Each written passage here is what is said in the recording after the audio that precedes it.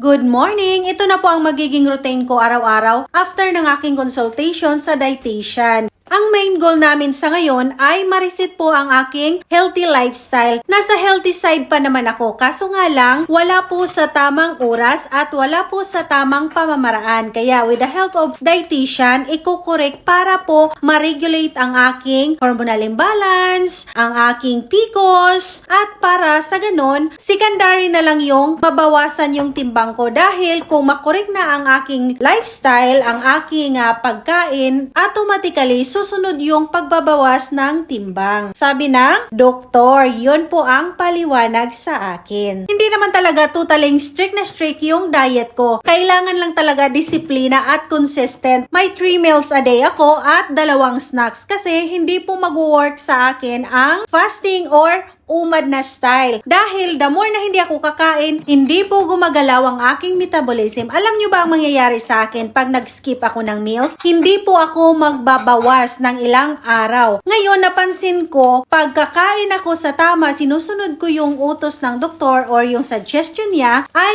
regular po ako makapagbawas 2 to 3 times a day. Maganda po ang flow ng aking bowel. Ngayon mga langga, may trick akong isi-share sa inyo. Sa tinapay, wheat bread po ang aking kinakain, brown bread. Pero kumakain pa rin kami kung anong available. White bread, anong klaseng bread. Pero, ang trick ko is, yung isang sliced bread, hahatiin ko siya. So, magiging 2 na siya. Instead na kagaya nung ating nakaugalian na pagpatungin yung 2 slice, hindi ko po ginagawa yon. Tinitrick ko yung mind ko kasi parang kasi pag binibilang na siya, yung 2 nagiging 4. Alam nyo ba mga langga, ang weird lang? Sa 4 na rectangular na yan, nabubusog na ako at saka si daddy nabubusog na rin, 4 kami, so 2 sliced bread lang. Samantalang pagpatungin namin yung normal na sandwich, 2 or 3 pa ang makakain namin dahil parang gutom pa rin. Alam nyo yung pagkatapos namin gumawa ng 1 or 2 sandwich, mag-add na naman, so 3 sandwich ang magagawa ko. Subali, kailangan namin ng 1 dosinang sliced bread para makabuo kami ng tig-3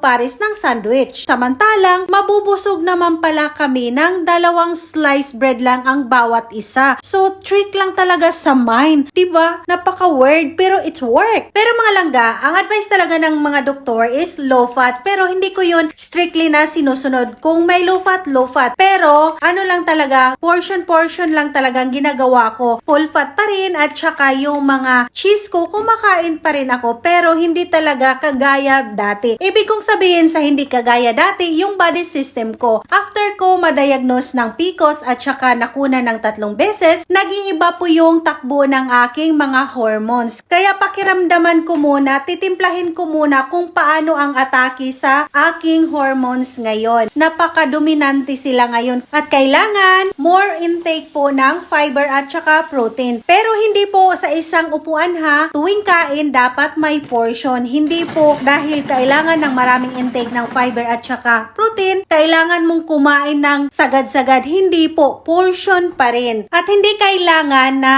grabe yung ehersisyo. Dapat may ehersisyo, light lang siya. At least 1 hour a day kahit walking, pwede na po yun. Kasi the more na ma-stress ang mga may PCOS, the more na hindi po papayat at yung hormones ay magkanda leche talaga. Yun talaga yung term ba na pangkanto, magkanda leche talaga.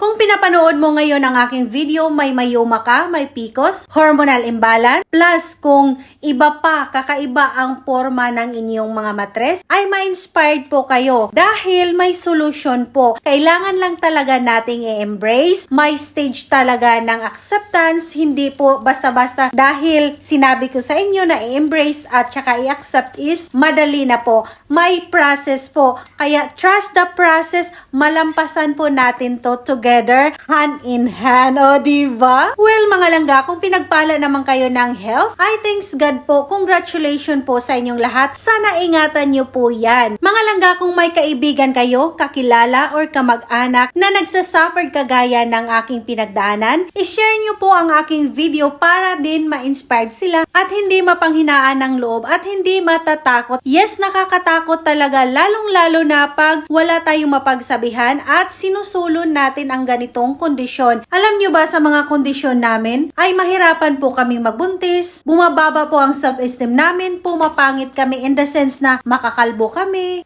tumataba, magka-acne, buhok-buhok yung mga part ng mga katawan namin na hindi naman dapat doon tumubo gaya sa face namin at saka sa baba, magkaroon kami ng biguti, bangas. Alam niyo, lucky lang talaga ako, hindi ako pinipimples. May konting hair pero hindi halata. Pero ang naapektuhan sa akin, alam niyo ba, napapanot po ako kaya hindi po ako humaharap sa camera kung hindi ko naaayos yung buhok ko kasi pag nakunan ako patalikod or yung tuktok ng aking ulo or sa bunbunan, mahalata talaga ang grabe na po ang pagkapanot ko. Yung angles ko, alam ko. Kaya ako po lahat ang nagsushoot ng aking mga video content. Ganon po kahirap. At isa pa, irregular po ang aming mga menses. Yes na nasisira po ang cycle ng aming mga menses. At kung magkaroon man kami, grabe po ang sakit. Ang dysmenorrhea po, hindi po mai-imagine. To the point na minsan kailangan talaga naming uminom ng mga pain reliever para lang maibsan ang sakit. Kasi pag hindi talaga makainom, may time talaga na hindi ko kakayanin para po akong gumagapang. Ito po ay nagsimula talaga nung nagka-PCOS na ako. Before, hindi po ako ganito. Mahalaga po kumonsulta tayo sa ating mga doktor pag hindi na talaga natin kaya. Huwag po tayo mag-self-medication. Lalong-lalo na sa mga ganitong kondisyon, hindi po pwede nating susuluhin. Hindi natin kakayanin. Kaya yung iba, nagka-depression at saka nagka-anxiety. Ako din, pinagdaanan ko yung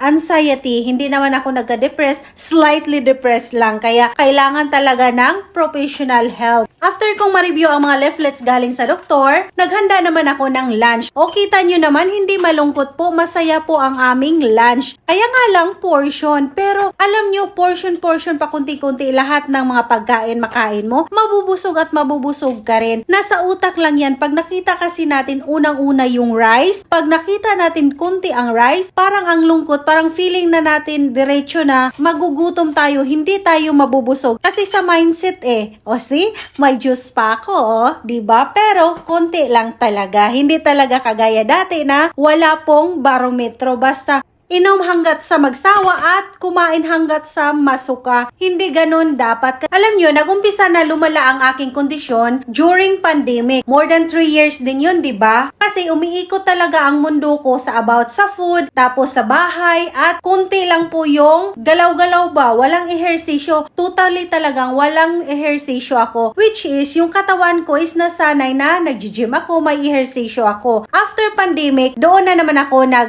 balik loob, nag-gym ako. Kaso nga lang, yun ang napakasad na part. Hindi na po umiepekto sa akin ang pag-gym. Nag-gym po ako, nagpa-member ako ng 3 months.